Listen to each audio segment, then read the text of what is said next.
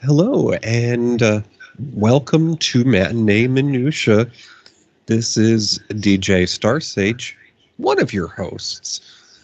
It's been a while since we started off on this journey, so I figured for anybody who might be new, I'd take a moment to introduce myself.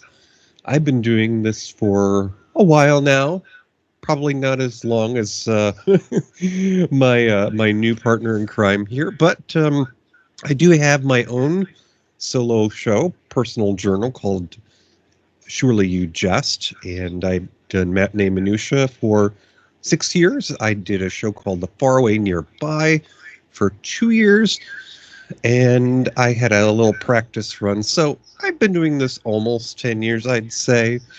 But more importantly, maybe you're wondering what this talking is all about because, well, I figured I owed it to you because things have changed a little bit. And if you missed our season finale, I had a little mishap that involved me getting stuck with the rent for the theater. So, unbeknownst to me, those bills were racking up, and well, I had to get out of Dodge. So I grabbed the keys to the janitor's trusty VW bus, which I technically paid for because, the showgirl, she owes it to me.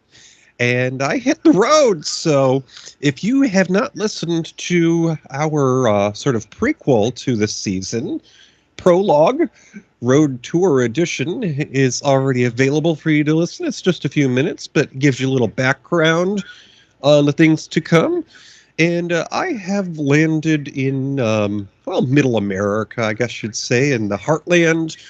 And I'm just trying to figure out what's going to be going on in the next chapter of my adventures. But I've been invited out to a lovely evening at the local, what do you want to call it, Hamlet's, not Shakespeare Hamlet, but Little Town's drive-in theater that has recently reopened, and we're going to be discussing a early to mid 80s sci-fi adventure. So if you would, get your favorite drink and a snack and settle in for some listening. Well, hello there, Matt, and thank you so much for inviting me out to the opening or the grand reopening of the drive-in. Oh, I always like to invite new men to my big opening. I had a feeling about you, and well, but welcome. Yes, we have a lovely show tonight, and hope that you're going to enjoy it. Now, is the movie? It's Ice Pirates that we're going to be discussing tonight, and yes, from 1984. 1984. Now, maybe it should be noted, Matt here is just a few grades ahead of me in the School of Life. So I'm wondering, Matt, did you get to see Ice Pirates when it was new, or is this something that you caught later on? No, actually, I've never even heard of it before. Oh! No, so this is going to be my first time sitting down viewing it. Well, I mean, just to peel back a layer here, this is something that I may have vaguely been familiar with when I was a kid. Probably wasn't old enough to watch it because, Mom and Dad were in charge of the remote. I certainly didn't see it in the theater, but more recently, and by recent I mean 15 years ago now, I became aware of this film because hubby had a copy, and his older mother, who was an empty nester and selling her house, had invited us to her place because I had come through town to find a job. I had just moved back to my home state. But anyways, long story not so short, hubby invited me to watch Ice Pirates at his mom's, and we watched it, of course, in the back room. And it was kind of creepy because her elderly cat liked to stare. And I like to watch. Meow meow. And very apropos, the cat's name was Puck. Oh, So which rhymes with anyway? Oh yes, well, Yeah. we are in the heartland, so we got to keep it clean. Yes, we do. Otherwise, the censors will come by and smack us with their purse. Yeah. But yeah, Puck was staring from the back of the couch while he walked his last remaining months on this earth. But that's okay because he was an older gentleman, Kitty, and he had a long life. So, anyways, he'd seen it all, and now he was seeing it all. I mean, you never know. Our spirits in the animal kingdom have different sides. Their bread's buttered on too. I have so heard. So we're actually hanging out in the back of Matt's pickup truck because, again, we're in the heartland here. And, nobody ain't driving no Yugos or Hondas. If you're a man's man, you got a pickup truck. And, it's helpful for when people need to move, too. And if you're a woman's woman, because let me tell you, trucks, they get bigger by the lesbian. Just saying. Right. I mean, there's many a moving company out there. So we're here. U-Haul. So we're hanging out on the tailgate of Matt's truck, and his driver has gone to the snack bar to get us some refreshments. Yeah, she'll be back. Yeah, she's a sweet gal, but she doesn't say much. It's a good thing. Yeah. Well, so when she gets going, she gets going. She's got an opinion on everything. Here. I would like to ad lib and welcome to small talk, etc. Oh wait, okay, no. Before we begin our discussion, actually, on our topic, we'd like to get a little perspective on what was happening in the year that whatever we're watching was released. Okay, so the Ice Pirates came out in 1984. Now, I was much too young to come out then, so yeah, it's a few years. That's about 4 years before I came out as well. Oh, okay. So you were still asking for help around the place there. Okay, so in '84. Now, this is going to be a little different, folks, because, I used to just go through the whole page of the encyclopedia, but we're going to focus on the top events in '84. So the original AT&T, the Bell system, was classified as a monopoly by the U.S. Department of Justice. Huh. I don't know if that happens anymore these days. But they were a national corporation. AT&T was considered, actually was at that time, a national corporation that didn't allow any competition within their boundaries. No other choices. Well, the Department of Justice forced the company to break up into 7 regional operations. Wah, wah. Also in '84, something quite important, because nowadays we have the right to plan our families. Dr. John Buster at Harbor UCLA Medical Center announced the first human embryo transferred from one woman to another, resulting in a live birth. Wow. Quite an important thing. Catherine D. Sullivan, who was a U.S. Navy captain and a NASA astronaut, became the first American woman to perform a spacewalk. And it was aboard the space shuttle mission that placed the Hubble telescope into orbit the first time. And then lastly, but not least, Beverly Burns became the first woman to captain the commercial Boeing 747 jumbo jet. And by the time she retired more recently in 2008, Beverly had 27 years and had amassed over 25,000 hours of flight time. That's crazy. Well, and another thing that happened in 1984, I hate to interject here, but it's actually when Captain Marvel had her accident that made her into Captain Marvel.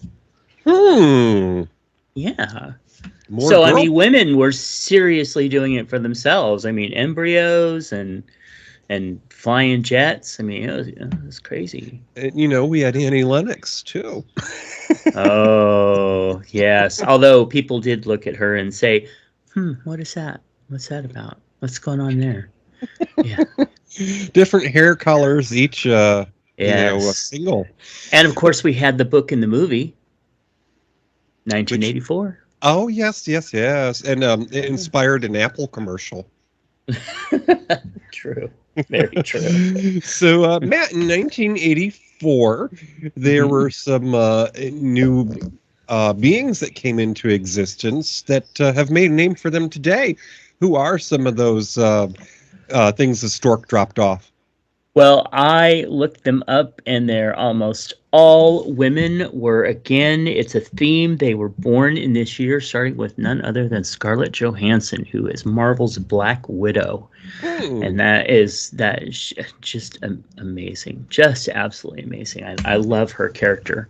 Also, America Ferrera, who was Ugly Betty, and she was in Barbie.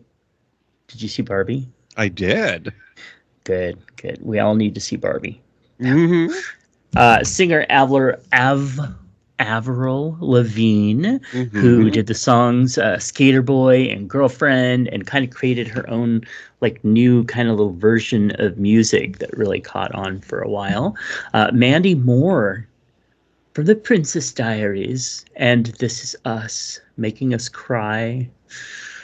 And Katy Perry, one of the best-selling music artists of all time, not to mention she married Orlando Bloom. And she inspired my hair. Did she? Well, Wow. I mean, not that is totally a Friday night mm, thing, you know. I I wake mean, up. you look I, like a firework girl. I wake up on Saturday morning and it's still there. Wait another 10 years. Anyway, then we have media personality and socialite Khloe Kardashian. And she was, uh, what was the show she was on? Keeping Up with the Appearances or, the Kardashians. Yes, yes. She's No, an influencer. I just know she wasn't on Deep Space Nine. Mm. You know, it's funny. I think of that every time I hear that. Keeping Up with Yeah. the Kardashians, I just think Star Trek. Yeah. And we have a couple of other Anyway, folks. and, I'm sorry. What? Kind Oh, of we what? have a couple of other folks that were new in the Yes, world. yes. Singer Ashley Simpson, who's best known as a backup dancer for her sister Jessica. And then we have Prince Harry, Duke of Sussex, who is my future husband and cuddle bunny. Aww. I know. He's so cute, that little red hair. Anyway. Ginger Bear, huh? No. Ginger Prince. Ginger Ginger. Duke. Yes. Ginger. What was the line from Willy Wonka? Ginger beer, ginger bubble, ginger cola, something like that. When they were in the inventing room, I think. So, well, anyways, folks, the Ice Pirates was a film, so that meant, of course, it went to the silver screen. You might have caught it on a date night if you were old enough to be going out in the 80s. But to some of the other movies that came out that year, and I have a vivid memory of a few of these. Now, Ghostbusters, which was the top of the box office that year, was one of the very first movies I remember my family renting on VHS. Uh-oh. My aunt told us about going out with some friends to see the movie, and my family had just gotten our first VCR. We had moved so that we could be closer to mom's work, and that town had a couple of video stores, so we went out and rented our first movie and watched Ghostbusters at home then. Nice. So in 84, we also were introduced. No, actually, we weren't introduced. This was technically a sequel. Indiana Jones and the Temple of Doom with Harrison Ford was released. Yes. Also, Gremlins. And, the cute little critters that you shouldn't feed after midnight. I read the book. And you know that Phoebe Cates that's in Gremlins, she's married to Kevin Kline. Who? No, Phoebe I'm kidding. Yeah, I'm kidding. I'm kidding. And Yeah. then we had the Karate Kid well before any of Will Smith's kids were involved. Oh yes. And before people put on their own tinfoil hats and thought they had a voice. Police Academy, which that would have been the first installment in the series there. With Steve Guttenberg. Yeah, and didn't it also have Punky Brewster's dad? That may not have Oh been the first. yes. Okay, he was the chief who we can't talk about the things that happen in that movie. Otherwise, Right. Yeah. But yes. And speaking of Kevin's, a different one, and this is the one that so many people have Are stories connected about. to. Right, Footloose. Yeah. Talk about things in the heartland, like our show right now. Also, Beverly Hills Cop with Mr. Eddie Murphy. And one of my favorite installments in the Star Trek it's not just a series, but a universe nowadays. Star Trek 3, because you want to know why Star Trek 3 was one of my favorites of the original 6? Yes. Because it introduced us to the Excelsior. Really? Mm-hmm. That rundown old ship? Oh. Future Captain Sulu's ship. Yeah. So, Star Trek 3. Oh, and Robin Curtis, because I thought she played Saavik better than Kirsten. Yes. Well, yes. Yes. And also out in 84 was Romancing the Stone. And I'm sorry, I have seen it, but I'm forgetting in the cast. That was not Meryl Streep in that. Oh, girl. No, that was Kathleen Turner and Michael Douglas and Danny DeVito. And let me tell you, my mom, because in 1985 was when we started renting the videos. Uh-huh. Ghostbusters, Indiana Jones and the Temple of Doom, The Karate Kid, and Romancing the Stone.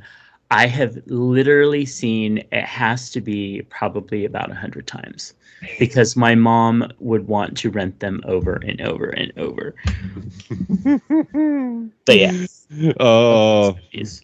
Well, in our house, Dad was the only one who got to pick what we were watching, because usually Mom didn't have time for movies. She worked 3:30 to midnight at the hospital, so, Oh, yeah. Every once in a while, she got to pick something. I can't tell you what those things were, though. But anyway. Probably Sophie's Choice or something. Yeah. Something. I mean, Mom was very particular about what she watched, and it usually had to star Ronald Reagan in those days. Oh, my. So on TV, we had a few things that were quite popular in the early to mid-'80s. We got Murder, She Wrote, which introduced us to the fabulous and later Dame Angela Lansbury. Yes. We had Night Court, which in more recent years has inspired a spin-off. Which was canceled. Yes. You got Miami Vice, which, set the tone for fashion for ages to come. For 3 years, yeah. Mm-hmm. And then we have a show with an unfortunate name that was actually better than the person who took ownership of it. The Cosby Show, which I actually... How sad to lose all those residuals, right? Oh, I know. I mean, for the remaining cast, of course, but... Correct, yeah. I mean, there's not much positive that we could say about the lead in that show, but what I can say about the show as a cultural phenomenon on its own is that as a white person who grew up in a rural setting with no culture, it was very informative because, well, my role models on television at the time were Dr. Beverly Crusher on Star Trek The Next Generation and Claire Huxtable, because she got things done. She did. She was amazing. Now, see, that was a role model, 1984, a role model of a strong woman, a strong black woman, Claire Huxtable. I mean, she kicked ass. And But of course, she was beautiful. She was a lawyer. She had a full-time job. She still came home. She took care of the kids and she cooked. And he Mm-hmm. was a doctor. I'm like, really? Do you really think they had the time to do all that and take care of the kids and be great parents and everything? The same, girl, come I on. mean, because of Claire Huxtable and later designing women, Mm. they were. Oh, and Sue Ellen Ewing. I aspired to become a successful businesswoman, and to this day, I'm very pleased to share that I have a chandelier befitting of a dining room in my home office. Yes. And you swing from it just like Sia. Right, ha- hashtag what is it? Day with the girls. Okay, yeah, yeah. Yep. So some of the other shows we had is something that we've been around the neighborhood on here, Matt and I. We talked about Who's the Boss in the last season of Matinee Minutiae. Yeah. And Highway to Heaven, which was the vehicle that let Michael Landon continue doing work after Little House on the Prairie was a memory. And now this one I don't quite recall. I've heard of it, but tell me a little bit about Hunter. Hunter was basically he was a big, strong, rah, rah, the typical cop that will do what he needs to get his way. And he was paired with a woman. I don't know why I remember it, but her name was Stephanie. And the two of them would basically go hunt down bad guys, and he'd want to shoot them, and she'd be like, no, Hunter, it's not worth it. And well, that was the entire show for three seasons, 2 seasons, something like that. Yeah. Mm-hmm. It was just your run of the mill cop show. Okay.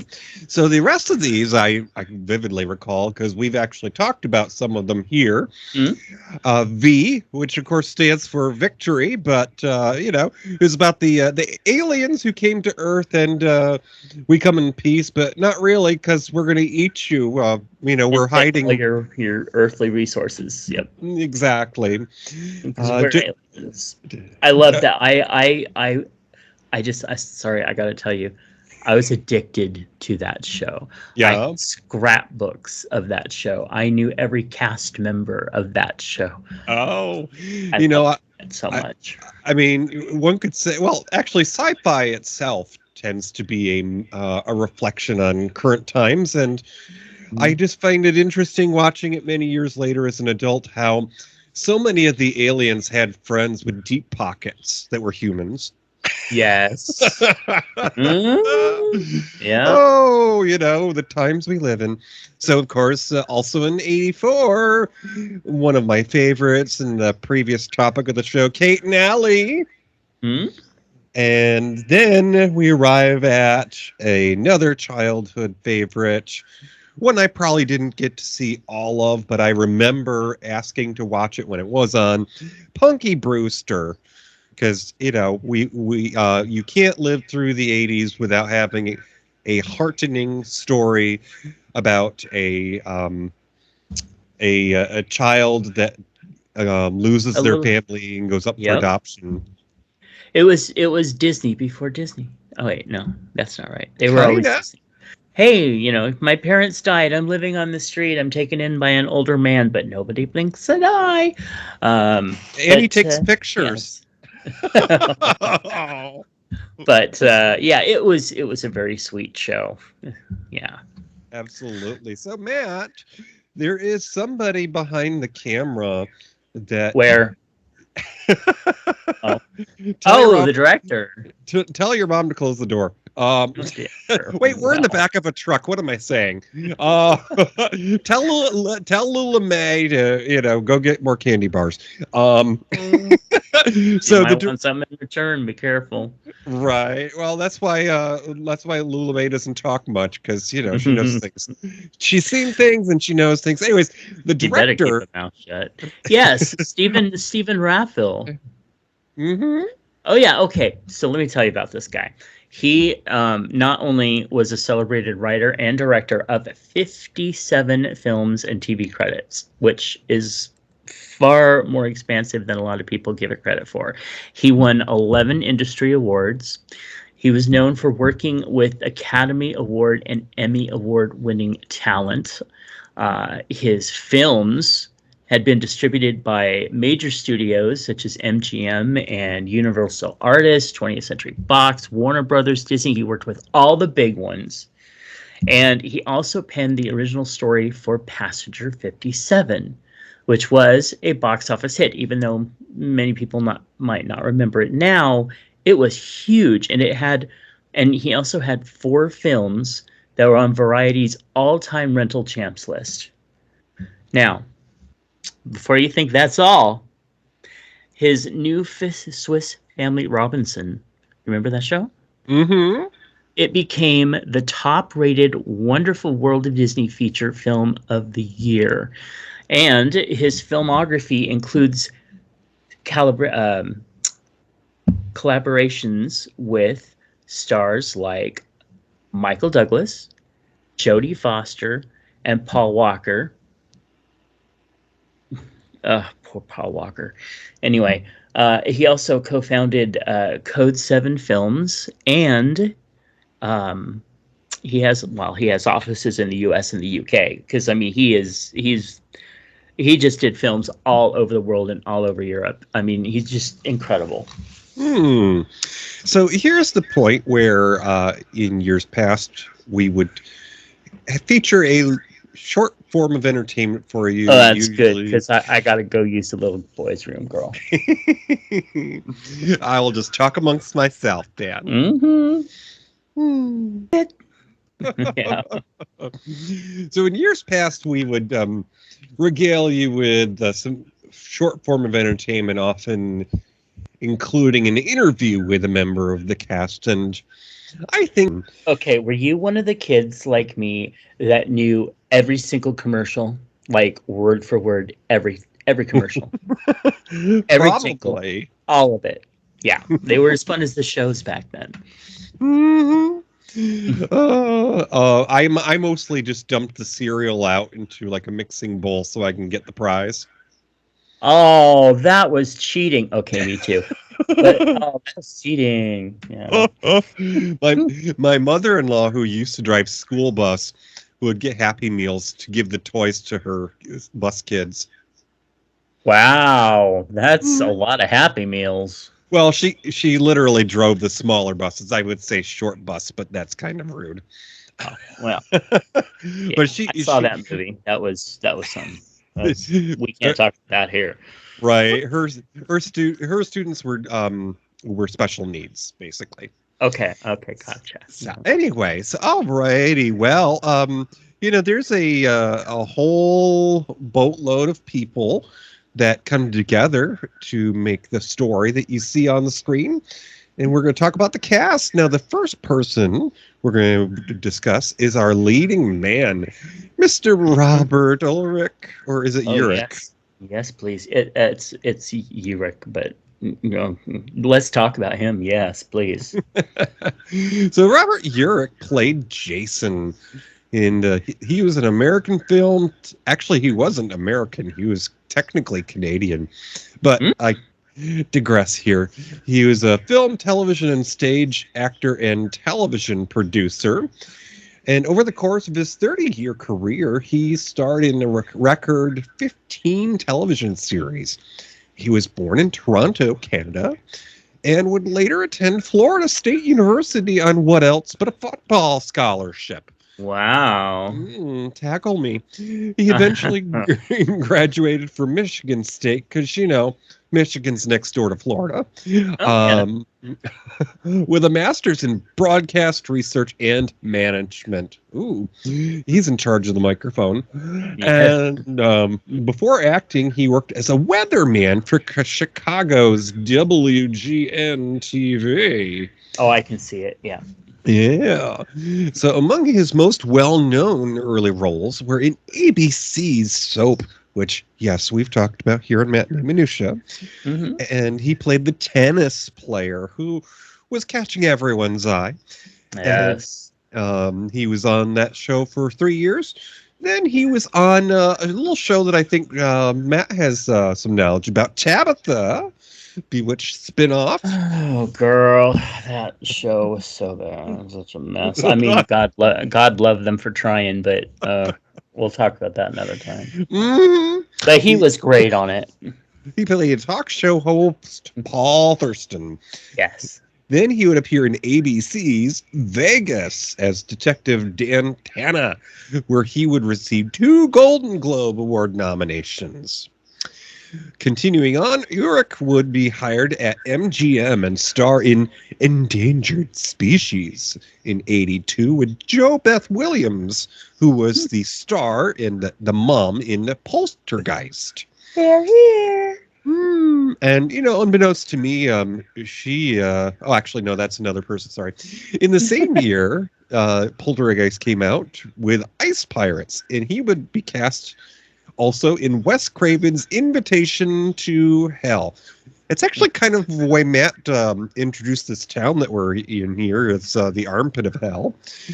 That's true. Let's see here. So in Wes Craven's Invitation to Hell, which starred Joanna Cassidy, who was previously one of the androids, or I forget what they called them, in Blade Runner with Harrison Ford. Oh. And unbeknownst to me, Joanna Cassidy is not David Cassidy's mother. They just have the same name. In '85, Urich would be cast in the ABC series Spencer for Hire. This is his most notable role. And he was alongside future Star Trek actor, because, of course, we have to get our Star Trek in, Mr. Avery Brooks. And this show would run for 3 seasons and would total 66 episodes and would inspire 4 TV movies. Wow. Yeah. You're a hit when you got TV movies coming, too. Yeah. I mean, in those days, it was a new thing. Well, and, it spun off Avery Brooks into playing Hawk on another show. So it was a hit. It was. By the 90s, Urich had starred in one canceled series after another, unfortunately. ABC's Crossroads, which was about a district attorney that traveled the U.S. on a motorcycle with his son, only lasted 10 episodes. And he was only guesting on television at the time, with roles as such on Faye Dunaway's It Had to Be You on NBC, which got canned too. Now, unfortunately, sadly, just before he was diagnosed with synovial sarcoma, which is a soft tissue cancer, like in, your glandular areas, like your underarms and your groin and that such thing. Urich was cast in TNT, which was a fairly new channel then, Turner Network Television, as the Lazarus Man. Now, this is a show I have not seen, but I'm curious to catch. It was a period show set in post-American Civil War. He played an amnesic character that would later learn he was part of late President Lincoln's security detail, and we all know how that went. And Urich passed away at the tender age of 55 in 2002 after a 6-year battle with cancer. Wow. After a brief period of remission, which of course means he thought that the battle was over. Yeah. Oh, so young, so beautiful, so sad. He's very talented. So the film is revealed in 3 sections, just as you would have a play, because most movies are adapted from either a book or they're written for a play, and that helps them to decide the storyboarding, the scenes, and whatnot. So in Act 1, we have the exposition. The ice pirates are following a cargo ship carrying the galaxy's most prized commodity, water, and we learn of the state of affairs and are introduced to the cast. Jason, Roscoe, and Maida, I believe, is Angelica Houston's character. So how believable was it to you that this was a reality where water was a scarce commodity? I could absolutely believe it. And they were talking about how there was like 7 planets or something, somethings that all had water on it, and like 6 of them were destroyed, and then there was only one. But it turns out that there was like a 7th, and so.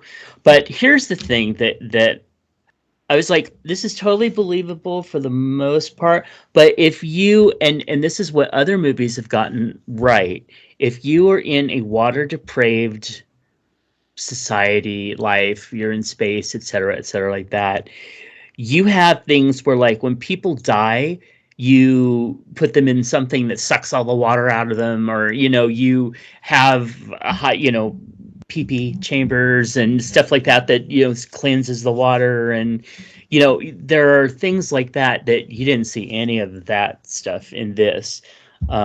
So I mean, I can believe it like as an overall theme, but as far as kind of the world building aspect, I didn't see enough of that. It was too focused on other stuff. It was just a general like, this is the reason why they're doing anything. I took it as the scenes that we saw that maybe made us question the fact that water is scarce was the fact that you could see people enjoying themselves at the bar. Now, just because you don't have water doesn't mean you don't have alcohol, because you water down drinks because you don't want them to have booze. It's not the other way around. So yeah. All right. Well, you know what? Let's talk a little bit about Mary Crosby for a minute, okay? Yeah. Now, she was the co-star, Princess Karina. Although she was the ingenue and the love interest, let's face it, the other characters were far more interesting. Just gotta say that. Not to mention, did you know somebody, Angelica Houston was in this? Like, the Angelica Houston was in this. Oh, yeah. Well, we should talk more about her in a minute. But yes, how can you not? Okay. I mean, and Bruce Valanche, right? Okay, Bruce Valanche, and Ron Perlman. Like, dude, this movie has some people in it. And then there's Mary Crosby going, "Oh, look at me, I'm the star." Anyway, but so briefly, let's see. Let me see. She played Princess Karina. Now, she was the daughter of course, Bing Crosby and actress Catherine Grant. And does that mean I was gonna say that means she's cousins of Lieutenant Yar? Yes, she literally is. Another Star Trek reference, but we're not. Yeah, okay. But she began acting in her career at literally 4 years old. Of course, it was on her father's TV Christmas specials, but, so it wasn't acting that bad. But, she was on TV.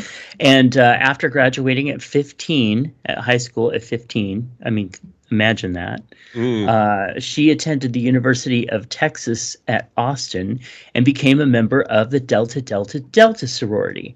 Why is this important? I don't know. But it was really interesting that she's a triple D. Wait. That sounds wrong. Anyway, so she's best known for her iconic role as Kristen Shepherd in the hit TV show Dallas from 1978. So her film credits, of course, Ice Pirates, Tapeheads, 1988, The Legend of Zorro in 2005. I mean, these are like big-time cult classic films that she was in. Anyway, but then she went to the stage and she starred in classics like Romeo and Juliet, The Seagull, other things that nobody's heard of. And then she also appeared in television hits like The Wives of North and South Book 2. So even though she may not have been like, a huge star, she did some really amazing things. So North and South Book 2, that would of course be a continuation or a sequel to North and South. And that's another Star Trek reference, because Jonathan Frakes met his future wife to be when he was a member of the cast of the first North and South. Yeah, we don't talk about North and South. Oh, well, I thought you were going to say we don't talk about his wife because we're in denial that he's married. Well, maybe 25 years ago or so, but I mean, I'm happy they're together now. I mean, if Jonathan Frakes wants to buy me a drink, I'm fine.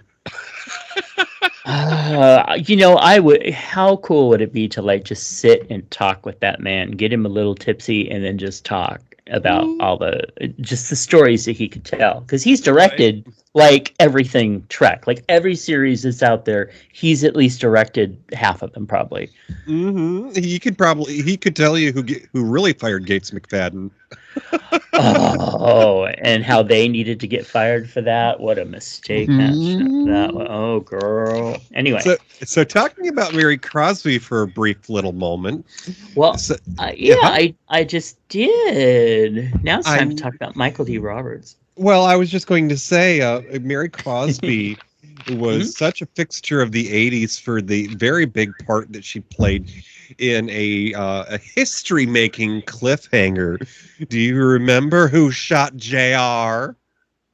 Oh, wait. Uh That huh. was her? Oh, I didn't even remember that. Yes. J.R. Ewing, played by Larry Hagman, who was, of course, the Right. star on I Dream of Jeannie, Hmm. had an attempt made on his life because he was a low life slime that was a oil tycoon, and he Right. had a secret lover that was his wife's sister, Sue Ellen's sister, played by Mary Crosby, and everyone was left wondering who shot JR because the cliffhanger for the season was JR was in his office, the chair turns around, and bang! And you I did. remember that. So Wow. kudos to her for girl power because he did her wrong and she tried to do him in. Hmm. But something about Dallas because my ex turned me on to the show when it was, I think, when it was just recently off the air. I had moved to Dallas, Texas in what was it, '98, I believe. So it might have actually just gone off there. But anyways, what was I going to say about that? Mhm. Your husband turned you on. That's all I heard. Right. Um. Oh, geez. Kristen was her character's name. Hmm. She's the one who shot Jr. And I lived in Dallas in the summer of '98. That's the only thing I can think of. Yeah.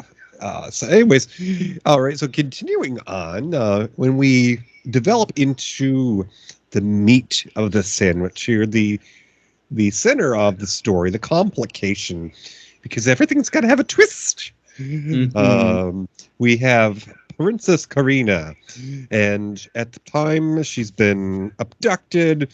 Well, she decides to turn the tables because this is the complication. She takes over the ship now, and she has the crew doing her bidding, which is finding Daddy. Yeah. Okay. She comes off and she's all like, um, I'm an ingenue. No, I'm not. Look, I have a gun. And so I'm in charge now. And they're like, oh, all right. And like, no, no, I'm sorry. You aren't even pointing that gun at them half the time. Nobody thinks that you're really in charge. But, and of course, then the whole thing about him just having to kidnap her, like, just, oh, she's pretty, we have to take her. Like, dude, really? you got you got all this ice that you could make millions and millions and millions of dollars or whatever you've got for money off of, and you're obsessed with, I must take this princess because she's pretty. Ugh, Mhm. really, come on. Something we haven't mentioned that is certainly part of the trivia is that this film survived a a budget, basically. Yes. In the original form, it was actually intended to be a serious story, sort of like Dune, I guess, would be a close comparison. But Hmm. they decided because the story actually changed from one studio to another, that the studio that ended up with it, well, they could turn a tidy profit because now we're going to cut the budget in half and we're going to turn this into a comedy. So, Yeah. I mean, it certainly is believable as a comedy because with comedies, you're not supposed to take anything seriously, and you Uh-huh. know, so certainly the fact that they don't have much water doesn't mean we're not going to be enjoying our booze. But And yeah, and it really did. It worked as a comedy. It was funny. But if no serious movie, no, no. one of the things that I enjoyed and certainly could have used some more development is Mhm. when Angelica Houston's character had a little bit of reservation on kidnapping the princess. She said, "Jason, no, we don't need to do that. Come on." Uh-huh. And it's almost as if she had more story behind that. Like it might be sort of like Commander Riker and Counselor Troy. Right. Maida might be Jason's ex-girlfriend. I could have seen that. Yeah, that could have been left on the cutting room floor. Hmm. I thought the okay, so a couple of the side characters. I mean, I know we've still got resolution here, but a couple of the side characters that were funny is the older woman that was like the princess's handmaiden Hmm. type thing, or nursemaid, frankly. Yeah, come on. But she was like Joan Rivers in Spaceballs, Oh, or like like the princess always has like this older woman that's just tagging along, and so but she was funny, and then of course Bruce Valanche, which became a head on a robot. Funny. That's who I am. I am Bruce Valanche, head of the robot, and you are one of the ice pirates with your patch. But yeah, I mean, it as a comedy, it doesn't matter if it made sense. It was funny. yeah. It was hysterical when they were at the end. Spoiler, 30 years ago now, um, going through a time warp, and everyone was Yes. aging. And then, of course, Princess Karina was looking for her dear sweet nanny, her oldest friend, and there she is on the other side of the door, dead. Yeah, and she's like a skeleton. And then the thing, and I won't give this part away completely because somebody might want to watch this again, and we don't Mhm. want to totally spoil it for them. But I will say that he has sex with her one time, and then they go through the time warp, and 2 hours later, his baby is an adult. Mhm. She has a baby. It's an adult. And not only that, but it's an adult that actually knows like how to talk and walk. And it's like you've had 2 hours and you know how to be an adult. Like, okay, but that was hilarious. I mean, we need to bring that technology in today's world for some of the adults out there. You know what? If I ever had a kid, just skip him to about 3 or 4 where he knows how to. I don't want to deal with diapers and all that. No, thank you. But the other thing is, um, you have to wonder when the hookup was because he got chopped. There's a Yeah, scene of there's a very infamous scene of the movie which I think was part of trailers because when the motley crew of whatever the ship was named, and we never heard a name for the ship, I don't think. Um, they were put into service as slaves, and all of those people were basically made androgynous. They were snipped of their bits and yes. put in tight uniforms, and they were they were forced to use falsetto voices because And that was hilarious the way they suddenly like, we're fine, thanks.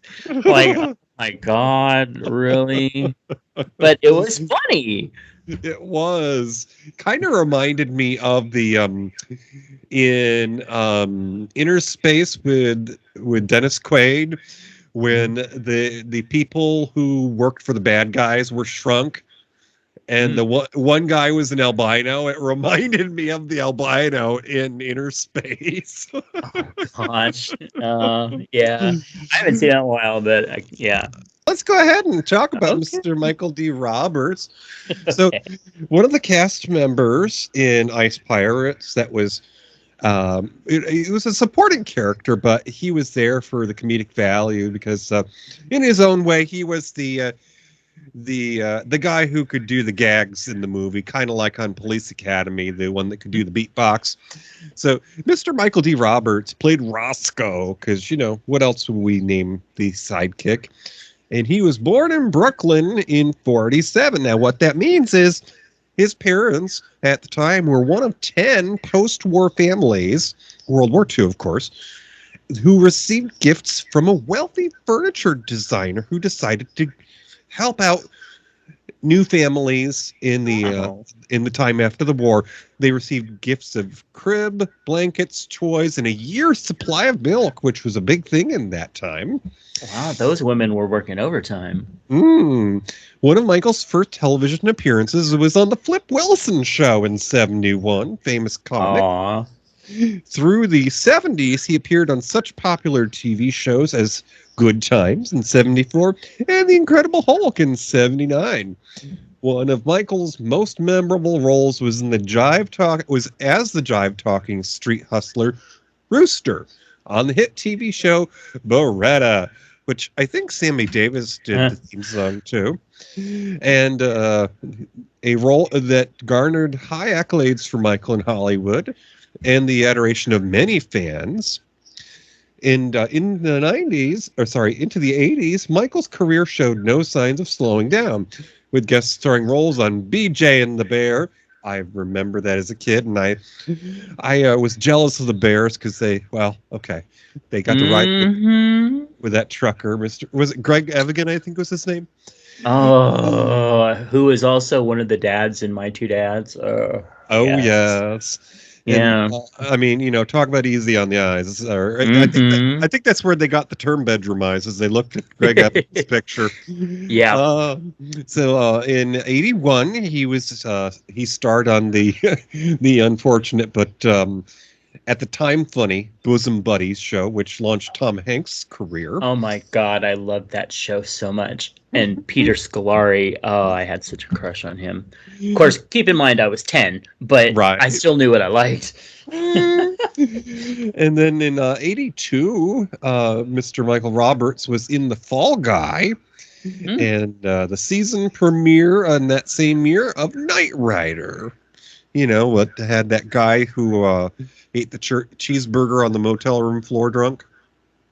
Oh, it was so sad. He was so good in Knight Rider. Although, he wasn't the original Knight Rider, but we ain't going to say anything about that. And then The Fall Guy, another extremely handsome man.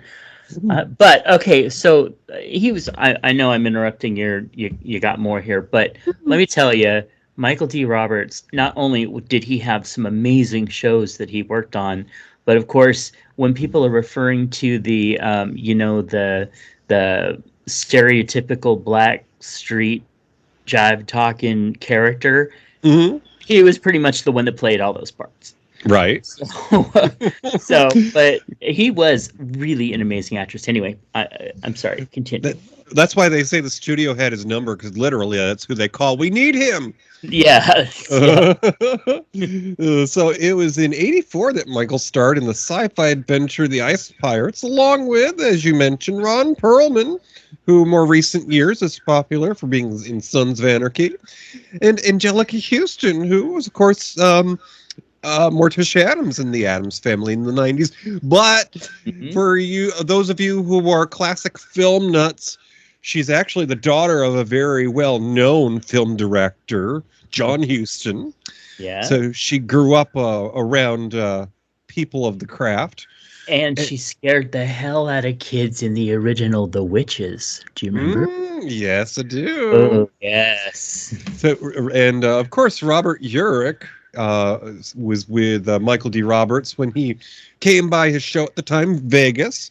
Now, in 88, Michael landed the role of Vern in the Oscar-winning film Rain Man, directed by Barry Levinson, which, of course, had Tom Cruise and Dustin Hoffman. So through the 90s and the 2000s, the early 2000s, Michael's prolific acting career continued with guest star appearances on Seinfeld and Friends, so all shows that were timely at the time. And Maybe didn't age well. In 2005, Michael co-starred in the high octane drama Hostage Hmm. with Bruce Willis. I guess Bruce Willis was the Liam Neeson of his time. Yes, that's quite true. Well, Liam Neeson was the Liam Neeson of his time too. So I mean, Right? they overlap. But yeah, that's a good Mhm. analogy. And in 2012, Michael was cast as Bernard in the television show The First Family from producer Byron Allen, also starring Jackie, ooh, Mary from Sister Sister 227, which Oh. I don't know if you've watched 227 recently, but I found out that's on my favorite free TV service, Tubi. Yeah, I Oh, was watching that a little while ago. I Uh, love that show when I was a kid. oh. And then, of course, Gladys Knight and John Witherspoon in Friday and the Wayans brothers. Hmm. Wow. Oh, so quite a bevy of talent in this Yeah, it's film. a great career. So Angelica Houston, she didn't have many scenes where she spoke a whole lot, Nope. but she was almost the muscle on the ship because she got to carry a sword. And I mean, And okay, she kicked some butt. she did. But okay, let's think about this though. It's 1984 and we're coming up with a movie about the future and people have swords. Okay, we have batliths. We have I seriously, how many movies do we see? I mean, Star Wars. Okay, granted, they're digital swords, right? Uh-huh. They're laser swords, but they're still swords. I Right. mean, come on, I'm just like shoot them, dude. Just shoot them. But yes, not only that, but the fact is that we always see her like as Morticia in her little dress trying to walk straight. And then we see her in like the witches where she's in a little dress trying to walk straight. And we see her in these like, feminine roles. And here she is like with a great big old, her arms are out. She's like beating people up. I was like, damn. I mean, This is not something I ever saw her in. her costume looked like something Cher would have worn on tour. Right? But it was great to see her like that. I'm like, why didn't you do more of this, girl? You could have been, I mean, why wasn't she the princess? right? Well, and that's the thing is that we would expect her to have been the princess. Instead, she's, I mean, and she had that great big long braid. I mean, she could have knocked people out with that. Just swung her head around. Of course, we know the reason why she wasn't the princess because she wouldn't need anyone to save her. Right? She just kicked her own out. It's just like, Oh, okay. Well, I'm sure we'll talk about that later. But anyway, Mhm. and also don't forget Ron Perlman. Mhm. So my ADHD, I did a little deep dive on Ron Perlman because I'm just like, I see him in everything, but I don't know anything about him. That man's had over 285 credits just in acting roles, and in this year and next year in post production, he has 11 more credits coming out, and Oh that's my. not even including writing, producing, and ones where he's been himself. Oh, I mean that's just incredible, and he's 70 years old, and he is still going strong. I mean that is just amazing. that tells me that he's working when he should be sleeping, and he probably has one of those little chambers like they had on Ab Fab where she says, well, Fergie has one. I need to get rid of it now. Yes, he probably does. But I mean, I was amazed. I mean, I've seen him in so many things and been like, who is he? Oh yeah, that's Ron Perlman. So let's see. So in the crux of the story, we get the crew being sent after dear old dad. Now, I don't know if you got this impression, but there was one of the bad guys, and I want to say that they probably cast British people because we have different standards in American casting where you have to have the pretty people, and overseas it's like whoever can actually act. That they don't have to be the centerfold. So we've got this guy who is on the hunt for Princess Karina because he has his own reasons, and Mhm. he's in bed with the enemy, but it almost seemed like at one point there was going to be some sort of transference. I don't know if you got this impression, but the guy who was on death's doorstep, laying in the bed, I don't know if that was Karina's dad or not, but it almost felt like he was looking for a younger host body, and he was going to transform by the way he was talking to him. Hmm. Interesting. I didn't think of So, that. after we find out where dear old dad might be, we're sent on a mission, and this is the part called the Resolution, Act 3. The crew learns of Karina's father's whereabouts and must risk their lives reaching the destination. And we'll maybe do a soft reveal of the destination in a moment, because it Hmm. certainly reminds me of a spin-off of a TV show, and it got canceled. Oh yeah, yeah, So this is where we go yeah. through the time warp, and the miracle baby enters the existence there. And of course, when they get through, well, I don't know if that's a spoiler, but then like time goes back to where it was before, and they're like, where did everybody go? Huh. But at least we got the nursemaid back. That's the important thing. Yeah. Right. And I guess the actress herself, which her name escapes me right now, she Mm. lived another 20 years after the Ice Pirate. So, Well, although that's she was good. probably the oldest member of the cast at the time. Mm. Now, So, did you notice the okay, so there was the one guy that they went to find, which led them to go find the father, and he had like a whole bunch of animals on this little animal reserve that he had like was saving. mhm. Okay, so that was indicative actually of the director, because the director um, was like a animal preservist type thing, and like he would always add like these little animals and stuff into his films, and he did like a whole bunch of documentary stuff. Hmm. So that was like, kind of like a little ode to, the animals that he always did. Interesting. I've also read, and it's not related, but just similar story, that actor John Candy was very fond of animals and may have had his own animal sanctuary. Oh, that's cool. So that's that gives us a little bit more about the man that we lost too soon. So Definitely. Yeah. so let's see here. Now this leads us into the discussion of some of the trivia, but did you get the feeling? And I don't have any hardcore evidence, of course, but did you get the feeling that some of the props and things that you saw in the film, including the robots, were things that maybe weren't made just for that movie? Yes, I definitely did, because you could see all sorts of other things and everything else. In fact, I told you there was like this one thing that's supposed to be like a computer readout station that looked like a sci-fi space helmet, Uh-huh. and it was a literal television that my mom had a version of. And so I was like looking at that, I'm like, wait a minute, that's just a television that's stuck there.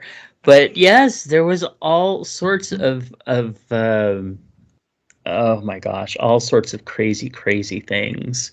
I mean, so many Um, things and seemed the like robots. so it seemed like so many of the things were like borrowed. Like I think Mhm. that Buck Rogers was probably off the air by the time the show was made. So that they Yes. probably went through the studio dumpster to to Mm. rescue a few things. Yep. The robots certainly seemed like things that I had seen, especially the little one that crawled around on the floor, and it actually looked like one of those domes that you would have at a beauty parlor that you sat under. Mhm. Yeah. Well, and the fact that they were supposed to be like the state of the art, like fighting robots, and I'm like, they can't take more than 3 steps in 30 seconds, and they're like the state of the art fighting robots. girl, come on. I mean, in '84, those would have been shareware. Yeah. I mean, you want to talk about trying to run Windows 98 on a Windows 11. Come on, girl. Anyway, but yeah, but there was some great trivia and stuff too.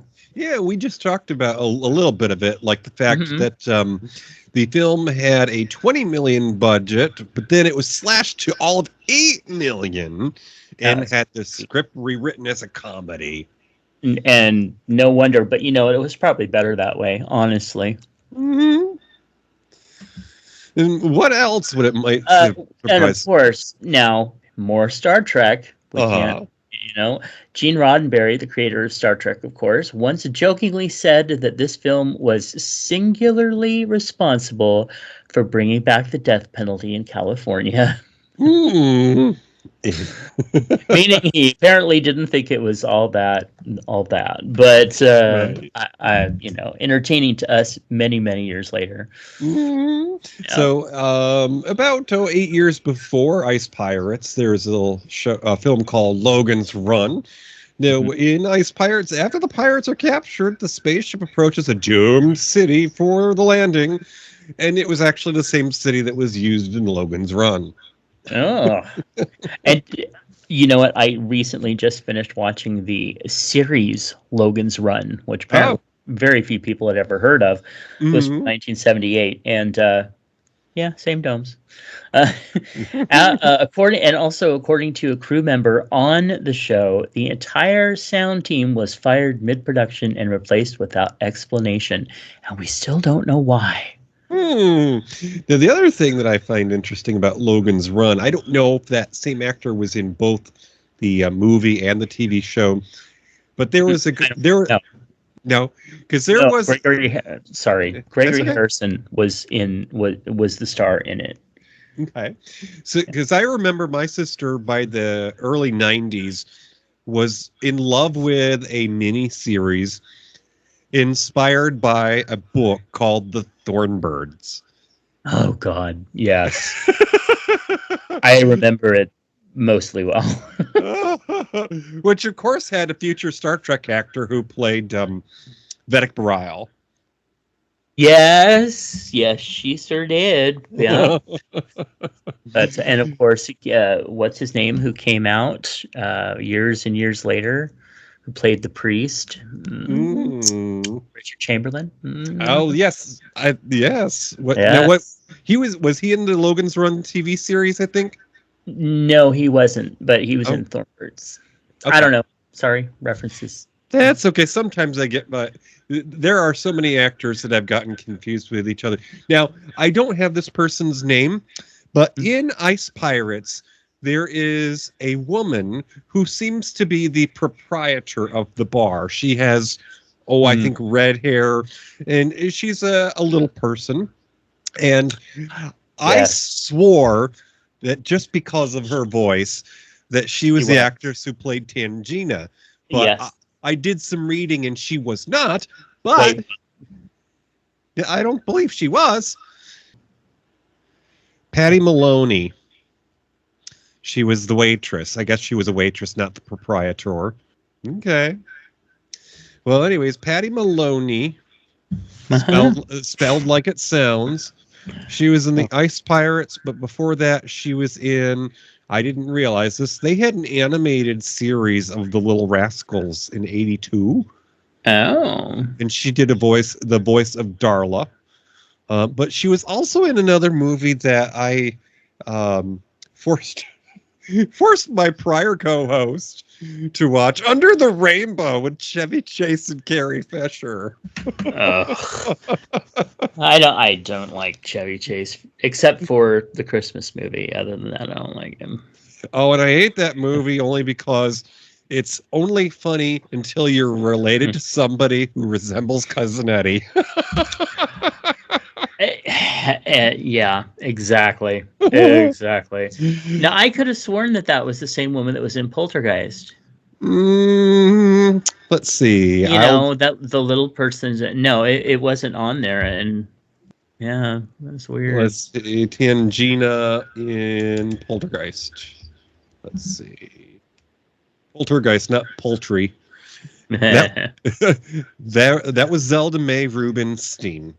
So, just something you may not be aware of, dear listeners, is that as we continue on in this adventure of Road Tour Edition, Matinee Minutiae, we will be wandering from one place to another. So, we'll talk about that more in a little bit here, but we have to make a discreet exit here from the drive-in because I'm not sure that Matt actually paid for these tickets. So this is the part that we called our glove box because it's something that's left over when you're cleaning things, and we're going to recommend something else you might enjoy if you like films like The Ice Pirates. So I will go first. I'm going to recommend a film from '83. This is called Space Hunter. Now, I dare say that it's probably not anything that people actually went to the theater to see. I only got to see it because it was a movie that was featured along with another movie on a DVD when we started putting collections together. Starred Molly Ringwald, of all people. Not something you associate with sci-fi normally. No, not in '83 especially. Exactly. So, the story of Space Hunter is on a distant planet inhabited by mutants. Two bounty hunters race to rescue three Earth female captives from the clutches of an evil mutant warlord. This is directed by Lamont Johnston. Or, sorry, not Johnston. Johnson. Directed by Lamont Johnson, who listeners of Matinee Minutiae will recall directed a film that we watched here. It was made in '72 with Patty Duke. He directed You'll Like My Mother. So expect similarly twisted story from Space Hunter in '83. Would you like to swing on a star? Ba-da-ba-da. You remember Patty Duke, that TV show with Patty Duke? But they're where her daughter's half alien. Her daughter is half alien? Yeah, I remember the show? Like, oh gosh, it was like in the late '80s or early '90s or something. And would you like to swing on a star? And she was a half alien, and she would put her fingers together like that. And I vaguely recall that now. I have to look it up to remember. Yeah. The whole thing. Oh, you'll be on a spiral with that one. Anyway, you know what? I would like to recommend Crawl. Now, for those of you who don't know what's wrong with you, on a planet of Krull, an evil creature called the Beast decimates the world's army and kidnaps a lovely princess, Lissa, who is destined to become queen. The handsome Prince Cohen leads a motley band of warriors to rescue his beloved. However, before he can face the Beast, he must locate the mystical weapon known as the Glaive, which he can use to slay the hideous villain. And speaking of, and now his name just went, Liam Neeson is in that one. Oh! Yes! What an interesting name for a weapon, Glaive. Does it plug into the wall and make things smell pretty? Oh, it's so pretty, and yes, all my stuff plugs in. Yes. All your better toys do anyway. Yes. And trust me, it will slay the beast. Ooh, anyway. All right. So there's some '80s nostalgia for you, and there'll be more to come in the future episodes here. Yeah. Let's see. Next time on Matinee Minutiae, we are going to be watching the 1988 comedy drama called The Telephone. Directed by Will Smith's future boss in Men in Black, Rip Torn. The film stars Whoopi Goldberg and Elliot Gould in a story about a crazy, out-of-work actress named Vashti Blue, who spends all of her time in a small apartment with her pet owl and her telephone, which she uses to try and solve all of her problems with life. Ooh.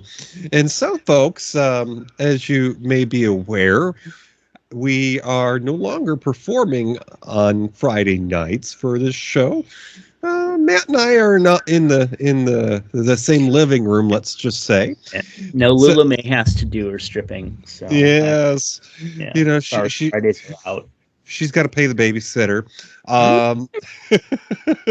But we will be releasing our episodes twice a month, so on the first and the third Friday. This episode will be released on the third Friday of this month, but our next episode, once you're listening to this, is going to be out on not on Friday, September 4th. Who did that? I don't know, girl. Let's see here. So this one's going to be released on the 20th. Oh, okay. So So the as you're listening, the next episode will be released on Friday, October 4th.